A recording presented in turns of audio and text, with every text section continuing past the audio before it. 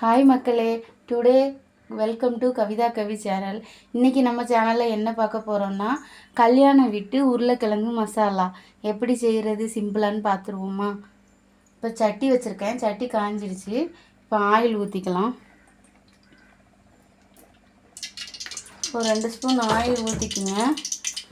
Oil காஞ்சதும் கடுகு கருவேப்பிலை சேர்த்துக்கலாம்.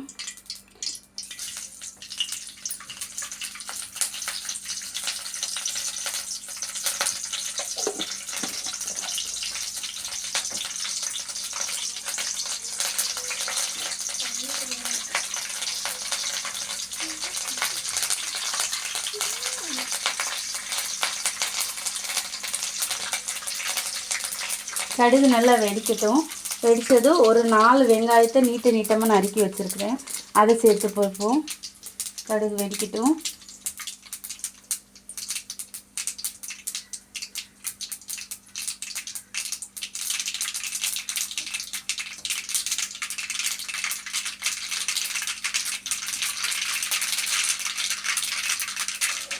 இப்போ கடுகு வெடிச்சிருச்சு. இதை 4 வெங்காயம் நறுக்கி வச்சுருக்கிறேன்.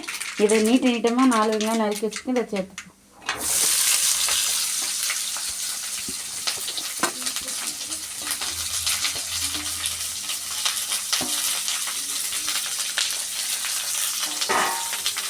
வீடியோ எவ்வளோ கிளியராக இருக்குன்னு எனக்கு தெரியல, கொஞ்சம் அட்ஜஸ்ட் பண்ணிக்கணும்.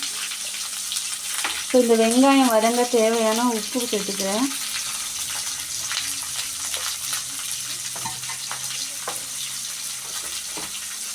இப்போ இதை நம்ம கொஞ்சம் வதக்கி விட்டுக்கலாம்.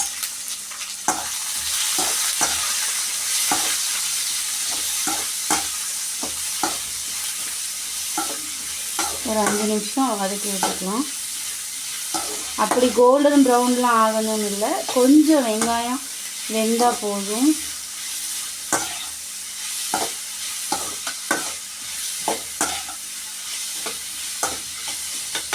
ஸோ இந்த டைமில் இஞ்சி பூண்டு மசாலா அரைச்சி வச்சுருக்கிறேன், அதை சேர்த்துக்கிறேன்.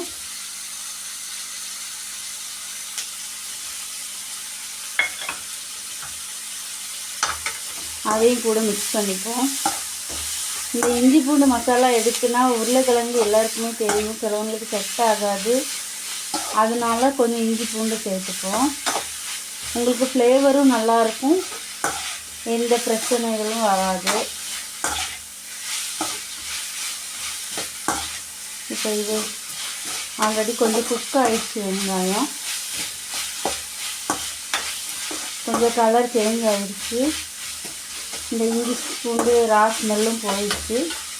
இப்போ ஒரு 4 உருளைக்கிழங்கு அவிச்சு கொஞ்சம் ரொம்ப லைட்டாக மசிச்சு வச்சுருக்கிறேன். இப்போ இதை இது கூட ஆட் பண்ணிக்கிறேன்.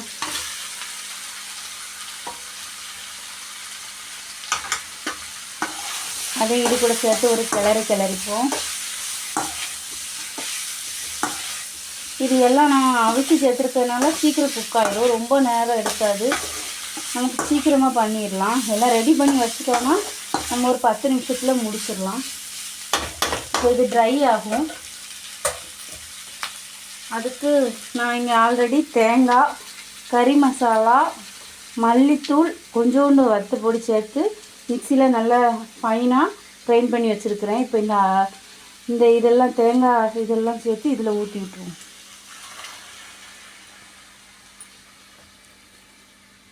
இப்போ இதில் கொஞ்சம் தண்ணியும் ஊற்றி இதையும் கலந்து இதில் ஊற்றிடுவோம். இப்போ இதையெல்லாம் இப்போ அடுப்பை நீங்கள் ஹையில் வச்சுக்கோங்க. இப்போ எல்லாம் இதை ஒன்று போல் மிக்ஸ் பண்ணிடுவோம்.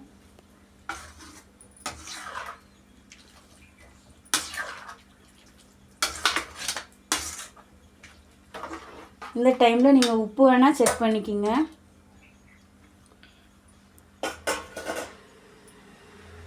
எனக்கு உப்பு லைட்டாக கம்மியாக இருக்குது, அதனால நான் உப்பு போட்டுக்கிறேன்.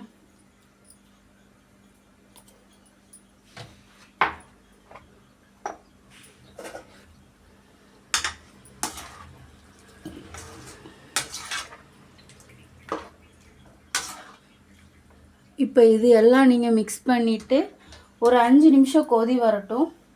கொதி வந்தோன்னே லைட்டாக மல்லித்தலை தூவி இறக்கிட்டிங்கன்னா கல்யாண வீட்டு ஸ்டைலில் உருளைக்கிழங்கு குருமா ரெடி.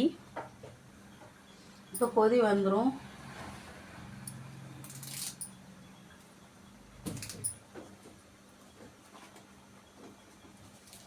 என்கிட்ட மல்லித்தலை காலி ஆயிடுச்சு இல்லை, அதனால நான் கருவேப்பிலை போட்டுக்கிறேன். நீங்கள் மல்லித்தலை இருந்தால் யூஸ் பண்ணிக்கிங்க, நல்லாயிருக்கும்.